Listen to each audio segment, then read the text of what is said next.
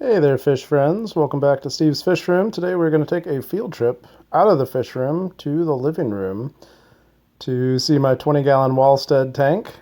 This tank has been set up for about 3.5 years. It's a 20-gallon high. It's a Walstad method, and so I used Miracle Grow potting soil, and it's the organic choice. And then it has, just about an inch and a half of that, capped with a thin layer of sand, maybe half an inch. I didn't do anything special to the soil. I just put it in, wet it down, put some sand on top, slowly filled the tank. I have tried planting before filling the tank before. That's what pretty much everybody that knows what they're doing suggests. And then all my plants just, float around. So I plant afterward. And that works just fine for me. I mean, the tank's going to be a little bit cloudy. Don't plan to put fish in it for a little while. I do fishless cycles anyway. And this tank, as I recall, cycled pretty fast. But like I said, it's been about 3.5 years since I set this up. Most of the fish in here are original. What you see there is an Apistogramma alacrina pair, and they are the newest members of the tank. They've only been in there for maybe a month now. They spawned in the very first week. And as you watch the video, you'll be able to see some of these fry that, were eggs about 3 or 4 weeks ago now. And there are at least 20 of them, but they're very hard to get a count of. The tank, as you can see, is heavily planted. That piece of driftwood in the back there I've had for a long time, longer than this tank has been set up. It always grows beard algae. There is no other algae in the tank. I never have to scrape the sides. I just have plenty, though, growing on that piece of driftwood. It always does. The plants really take care of all the nutrients. You can see some Corydoras, parallelus in there. There are about 10 black neons who were the original first fish in the tank. There are a couple other random cories in there as well. They kind of all school together. About a year ago, I got a small group of pencilfish, and they've been breeding in there. They're beckfordi or Beckford's pencilfish. Started with 6. There are at least 10 in there now, though I saw some fry earlier, so a few more than 10.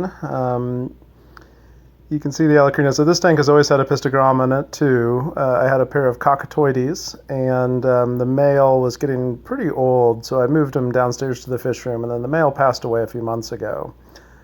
And I still have the female, and then a whole bunch of juveniles, and kept one adult male, and I'll share his fish tank with you later. I'm just feeding these guys some dry food right now. They've already had their real meals for the day, so this is an extra. You can see they're really excited. I give them a live baby brine shrimp every day, and some frozen foods, mysis, and always bloodworms every day. And then I'll feed flakes occasionally. I've got a mix that I use, just a dry mix of some flakes from brine shrimp direct and some freeze-dried bloodworms and adult brine shrimp and daphnia, various dried foods, bug bites.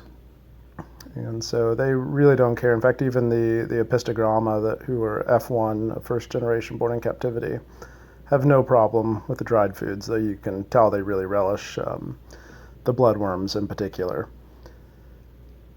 So this tank has, as you can see, a lot of plants in it. They're pretty crazy. I recently pulled out a lot of plants on the right side of the tank, so you can kind of tell, and I put in a few crypts because that massive sword on the right, there's a juvenile Apistogramma alacrina.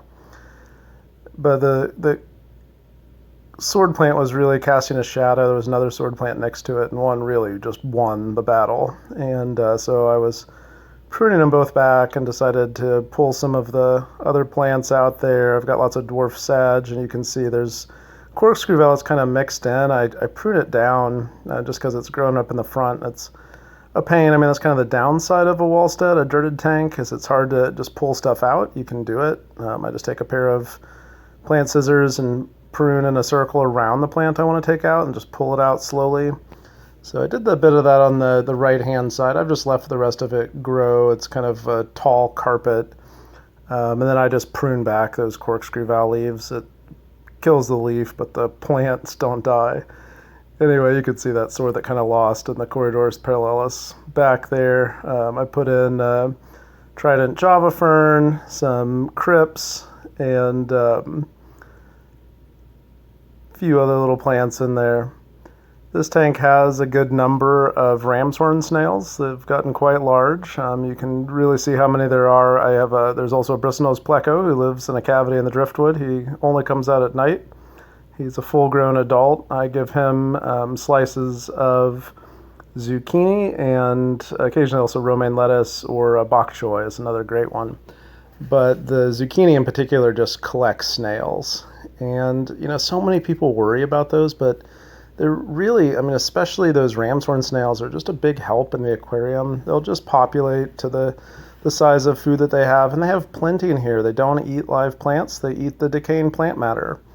And this tank has plenty of that. In fact, if you notice on the right-hand side, I have a drop checker for CO2. I don't inject CO2 into this tank, but the drop checker stays green, which is the good range for carbon dioxide. That's from the natural organic matter breaking down in the tank. It's the soil, it's the old plant leaves.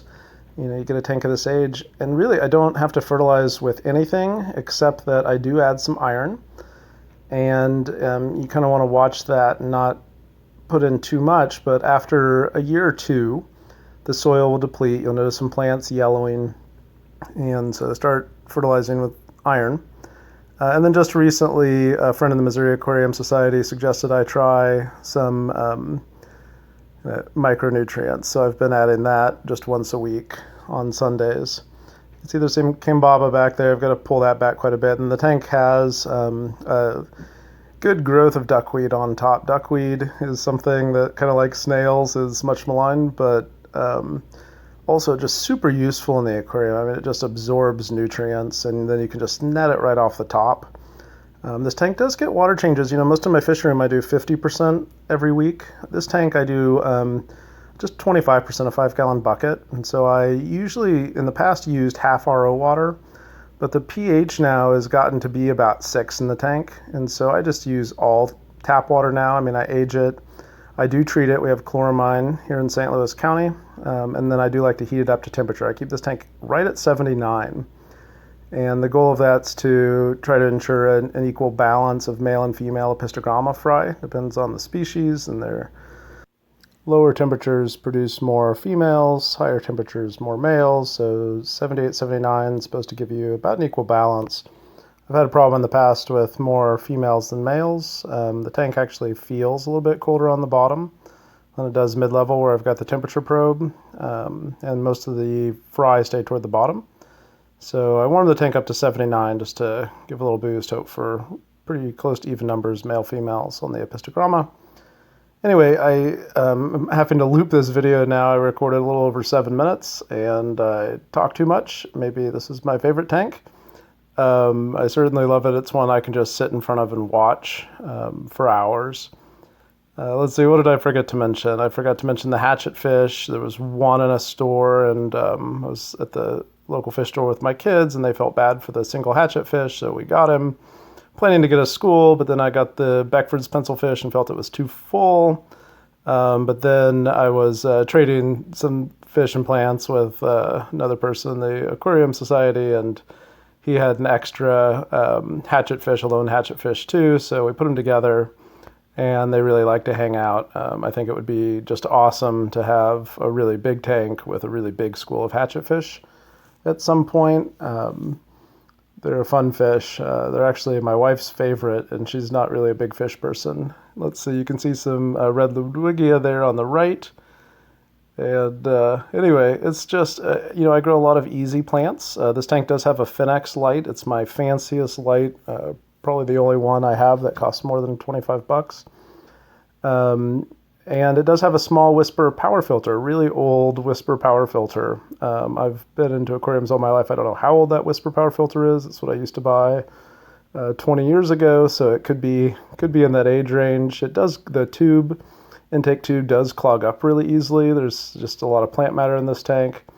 A lot of catfish stir it up. That big full-grown bristlenose definitely stirs stuff up at night. He's back in there somewhere. You can see him in the cavity. You can see one of his fins sticking out there anyway, one of his pectoral fins. But anyway, it has a small Whisper power filter. I've got to clean it pretty regularly, especially the intake tube. Probably every week. Probably not the best filter for this tank, but it doesn't need a lot. You know, I talked a little bit about nutrient removal. I feed this tank about 4 times a day. I mean, they get a little dry food usually in the mornings. They get their live baby brine shrimp in the afternoon, and frozen foods usually at night. This is like an extra feed on top of that. And then I add stuff for the catfish right about the time I go to bed. The lights are going off. This tank does have a 4-hour siesta. That's part of the Walstad method. So the lights are on for 4 or so hours in the morning, and then they're off for 4 hours in the afternoon when I'm usually at work. I've been home for months now during the pandemic, working from home. But and then the lights come on and they stay on from around dinner time until 11:30. I have all my lights set to go off at 11:30. So the tanks in my fish room don't do that siesta. The siesta is to allow that natural carbon dioxide to build back up. That's kind of a Walstad term, and she provides a lot of information in her book, which I highly recommend, Ecology of the Planted Aquarium, Diane Walstad. Anyway, it's a method that certainly works. I didn't believe it. I was afraid of dirted tanks and putting soil into an aquarium. As I think you can see, it works. I consider this tank kind of magic. These aren't considered a hard species of Apistogramma to breed, but the fact that they successfully spawned in the first week they were in the tank, to me, says a lot. And that we have some fish in here that, I mean, those neons should be kind of in the geriatric stage. They still look just really young and healthy. I mean, they're big. They're bigger than you'd buy at a store, but they're doing just great. I test this tank's nitrates and phosphates, and they are undetectable. Obviously, they're in there, but the plants are absorbing that. And the fish food essentially is the fertilizer in this case. And I do smaller water changes on this one. I do kind of watch the KH. Well, most of these fish can handle those really low levels. I like to keep it, at the minimum of kind of like 2. I've never seen it in this tank above 4, but it'll drop down to 0 if I don't keep up with the water changes. Anyway, thanks so much for watching. Hope you enjoyed watching this tank as much as I do. Bye.